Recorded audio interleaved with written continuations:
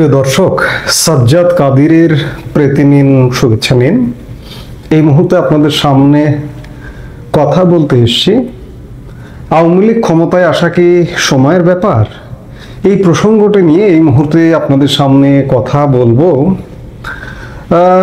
এর মধ্যে একটা ফেসবুক পোস্টকে কেন্দ্র করে বেশ লঙ্কা কাণ্ড ঘটে গেছে দেশে। গত পরশুদিন 19 অক্টোবর বিকেল 3:55 বাংলাদেশের একটি প্রধান জাতীয় দৈনিক কালের কণ্ঠের ফেসবুক পেজে একটা ফেসবুক পোস্ট করে কালের কণ্ঠ, যে পোস্টে একটা ফটো কার্ড দিয়ে যে বাংলাদেশ কার হাতে নিরাপদ থাকবে বলে মনে করেন এমন একটি প্রশ্ন করেছে পোস্টটাতে এবং ফটো কার্ডটাতে। আজকে যখন আমি ভিডিওটা করছি তখন প্রায় 48 ঘন্টা পেরিয়ে গেছে। 48 ঘন্টায় এখানে প্রায় 4,10,000 লাইক পড়েছে এই পোস্টটায় এবং 71,500 কমেন্ট, 5,700 শেয়ার হয়েছে এই পোস্টটা। এবং এই পোস্টের কমেন্ট অপশনে যদি আপনি যান তাহলে আপনার চক্ষু চড়ক গাছ হবে। আমি একটু দেরিতেই এই বিষয়টা নিয়ে প্রতিক্রিয়া দিলাম যে 48 ঘন্টা পরে অনেকে এটা নিয়ে কথা বলছেন। গত কালকে থেকেই দেখছি মূলত অভাবনীয় ব্যাপার। 71,500 কমেন্ট। আমি উপর থেকে নিচে স্ক্রল করে এখন পর্যন্ত যতগুলো কমেন্ট দেখেছি সব কমেন্ট, 100% কমেন্ট, আমার একটি কমেন্টও নেতিবাচক একটাও পড়েনি। 100% কমেন্ট জননেত্রী শেখ হাসিনা, শেখের বেটি, এমন কমেন্ট পড়ছে।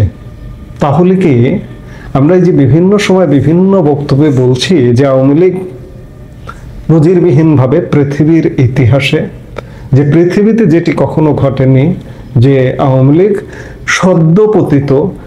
সদ্য একটা গণ আন্দোলন, ষড়যন্ত্রমূলক গণ আন্দোলন বা যেটিই বলি না কেন, পতন হয়ে সাথে সাথে ক্ষমতায় আসবে। আমরা যে বলছি এগুলো কেন বলছি? আমরা তো জনগণের মাঝে থাকি, জনগণের সাথে কথা বলি, জনগণের মতামত নেই, তার প্রেক্ষিতে তো এই কথাগুলো বলি। এবং তারই বহিঃপ্রকাশ বাংলাদেশের একটি প্রতিষ্ঠিত এবং অন্যতম প্রধান জাতীয় দৈনিক কালের কণ্ঠের ফেসবুক পোস্ট। এখানে 100% মানুষ বলছেন যে শেখ হাসিনার হাতে বাংলাদেশ নিরাপদ থাকবে। কেন বলছেন? গত 15 মাস যে মানুষগুলা হয়তো ভুল বুঝে ওই যে জুলাই আগস্ট গত বছর কোটার বিরুদ্ধে আন্দোলন, সেই আন্দোলনে ম্যাটিকুলাস মানুষ হত্যা করে মানুষের আবেগকে পুঁজি করে যে আন্দোলনটা গড়ে তোলা হয়েছিল, সেই আন্দোলনেও যারা সমর্থন দিয়েছিলেন তারাও তো দেখছে এখন যে বাংলাদেশ আসলে কার হাতে নিরাপদ। আগের 16 বছরে বাংলাদেশের মানুষ ছিল, গত 15 মাসে বাংলাদেশের মানুষ আছে।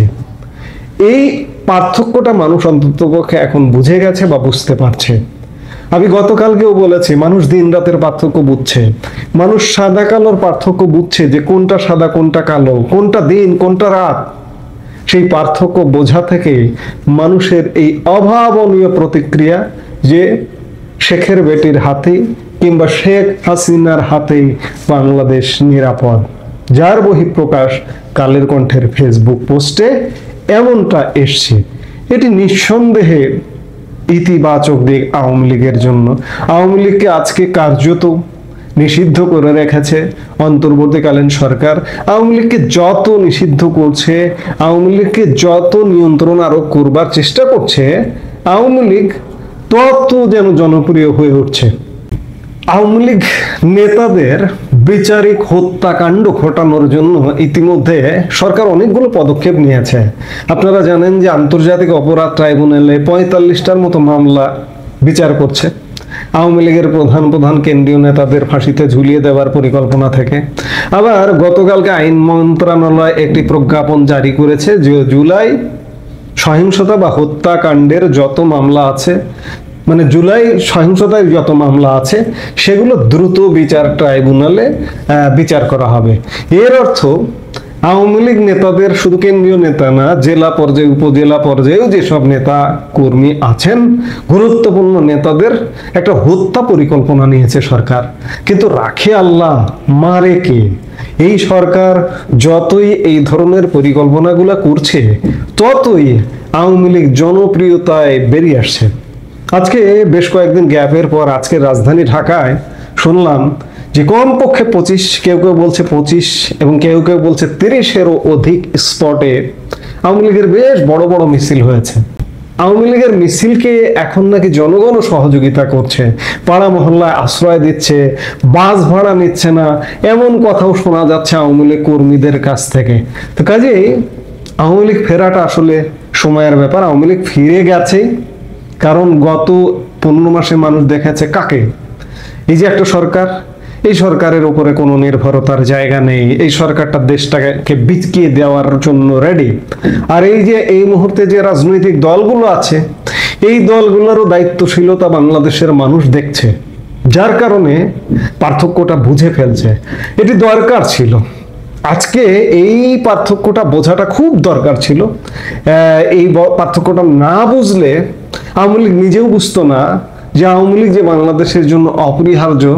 এই সময়টা অন্ততপক্ষে আওয়ামী লীগ নিজেরাও উপলব্ধি করে কিছু অনিয়ম অব্যবস্থাপনা আওয়ামী লীগেও ছিল, সেই অব্যবস্থাপনা অনিয়মগুলো কেটে আওয়ামী লীগও শুদ্ধভাবে ফিরে আসবে। এখন প্রয়োজন বাংলাদেশে একটি অবাধ, নিরপেক্ষ এবং অন্তর্ভুক্তিমূলক নির্বাচন। যদিও ইউনূস সরকার অন্তর্ভুক্তিমূলক নির্বাচনের পথে এখনো পর্যন্ত হাঁটছে না বা হাঁটবার ভাবনা ভাবছে না, কিন্তু পৃথিবী ক্রমেই ভাবাচ্ছে। গতকালকে 6টা মানবাধিকার সংস্থা ইউনূস সরকারকে চিঠি দিয়েছে এবং বিভিন্ন দেশ ভেতরে ভেতরে প্রকাশ্যে অপ্রকাশ্যে চাপ দেওয়া শুরু করেছে। এই যখন অবস্থা, তখন কোনোভাবেই অন্তর্ভুক্তিমূলক নির্বাচন ছাড়া বাংলাদেশে নির্বাচন হবে না, এটি এক প্রকার নিশ্চিত। এবং সবচেয়ে মজার বিষয় যে এই যে ইউনূস সরকার আগামী ফেব্রুয়ারিতে নির্বাচনের একটা সময়সীমা নির্ধারণ করেছে, সেই সময়সীমা অনুযায়ী কর্মপরিকল্পনা নিয়ে এগোচ্ছে, কিন্তু সত্যিকার অর্থে ইউনূস সরকার সেই নির্বাচন করতে পারবে না। নির্বাচনটা হয়তো একটু দেরি হতে পারে, ফেব্রুয়ারিতে হবে না, কারণ আরেকটি সরকার আসবার খুব বেশি সম্ভাবনা আছে।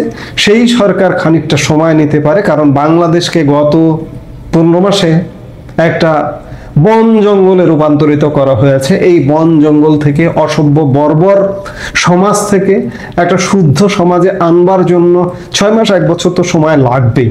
সেই সময় পরে যে নির্বাচনটা হবে, সেই নির্বাচনে আওয়ামী লীগ ভূমিধস বিজয়ে ক্ষমতায় আসবে।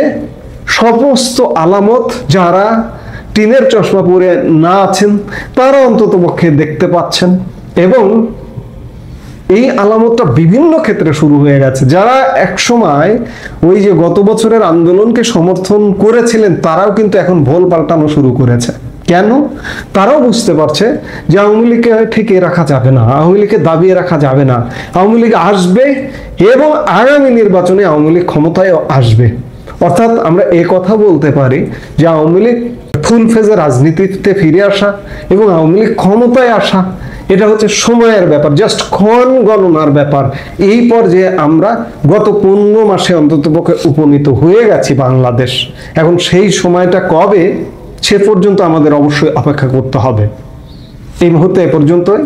সবাই ভালো থাকুন, সুস্থ থাকুন।